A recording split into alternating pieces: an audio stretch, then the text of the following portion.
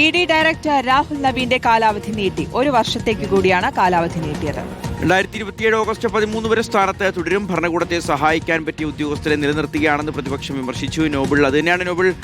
അതായത് ഈ EDയെ രാഷ്ട്രീയ എതിരാളികൾക്കെതിരെ ഒരു ആയുധമായി സ്വന്തം ഏജൻസിയെ പോലെ കേന്ദ്ര സർക്കാർ ഉപയോഗിക്കുന്നു എന്നുള്ള പരാതികൾ അത് പ്രതിപക്ഷത്തിന്റെ എല്ലാ കാലത്തുമുള്ള പരാതിയാണ്. അതിനിടയിലാണ് ഈ വീണ്ടും കാലാവധി നീട്ടിക്കൊടുക്കുന്നത്. അപ്പോൾ വീണ്ടും വിമർശനം കടുക്കാൻ തന്നെയല്ലേ സാധ്യത നോബിൾ?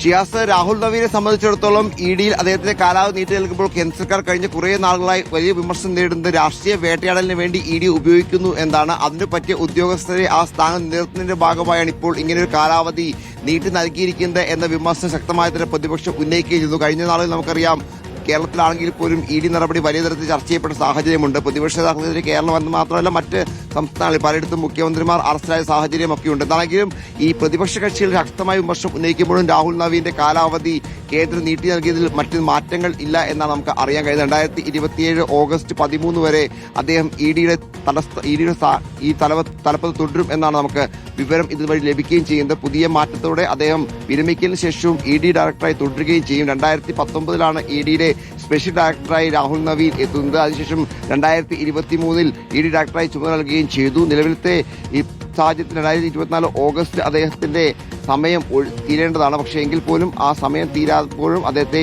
സമയം നീട്ടി നൽകിക്കൊണ്ട് ED ഡയറക്ടർ സ്ഥാനം നിലനിർത്തുന്നത് കേന്ദ്ര സർക്കാരിന് ആവശ്യമുള്ള കാര്യങ്ങൾ ED ഉപയോഗിച്ചുകൊണ്ട് ചെയ്യുന്നതിന് വേണ്ടിയാണ്. രാഷ്ട്രീയ വേട്ടയാടൽ നടത്തുന്നതിന് വേണ്ടിയാണ്. സ്വന്തം വിശ്വസ്തരെ വേണ്ടത് തരത്തിൽ ഇങ്ങനെ സംരക്ഷിച്ച് വീണ്ടും പദവികൾ നൽകിക്കൊണ്ട് കാലാവധി നീട്ടി നൽകിക്കൊണ്ട് പോകുന്നത് എന്ന ശക്തമായ വിമർശനം എന്തായാലും പ്രതിപക്ഷത്തിന്റെ ഭാഗത്ത് ഉണ്ടാകുന്നു. മറ്റ് ഉദ്യോഗസ്ഥർ ഇല്ലാത്തതുകൊണ്ടോ അല്ലെങ്കിൽ മറ്റ് കഴിവുള്ള ആളുകൾ ഇല്ലാത്തതുകൊണ്ടല്ല, പക്ഷേ സർക്കാരിന് അവരുടെ പണി ചെയ്യാൻ വേണ്ടി ഇത്തരത്തിൽ ആളുകളെ ആവശ്യമാണ്. അതിന്റെ ഭാഗമായാണ് രാഹുൽ നവീന്റെ കാലാവധി നീട്ടി നൽകിയിരിക്കുന്നത് എന്നാണ് പ്രതിപക്ഷ കക്ഷികൾ ഇക്കാര്യത്തിൽ വിമർശനം ഉന്നയിച്ചത്. ഈ ഒരു കാര്യത്തിൽ ഇപ്പോൾ കോൺഗ്രസ് മാത്രമല്ല, ഈ ഒരു കാര്യത്തിൽ ഇന്ത്യ സഖ്യം ഒറ്റക്കെട്ടാണ്. കാരണം ഈ പ്രതിപക്ഷ കക്ഷികൾ ഭരിക്കുന്ന പ്രതിപക്ഷത്തിന്റെ പ്രധാനപ്പെട്ട നേതാക്കൾ മുഖ്യമന്ത്രിമാരായിരിക്കുന്ന ഒട്ടുമിക്ക എല്ലാ സംസ്ഥാനങ്ങളിലേക്കും ഇത്തരത്തിൽ EDയുടെ കടന്നുവരവുണ്ട്. അപ്പോൾ ഒരു ഉദ്ദിഷ്ട കാര്യത്തിനൊരു ഉപകാരസ്മരണ എന്നുള്ള തലത്തിലേക്ക് ഇന്ത്യ സഖ്യം ഈ വിഷയം കാര്യമായി തന്നെ ഏറ്റെടുക്കാനുള്ള സാധ്യത കാണുന്നുണ്ട്.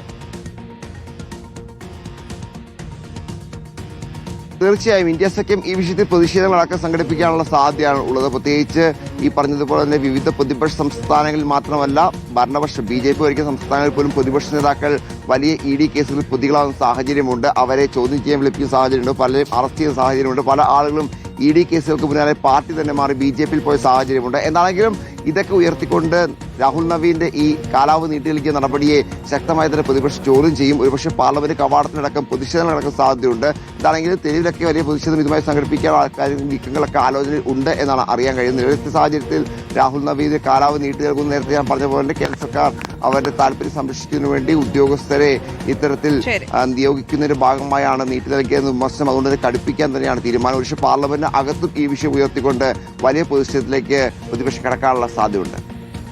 നോബിൾ മാരിക്കാരനാണ് വിവരങ്ങൾ നൽകിയത്.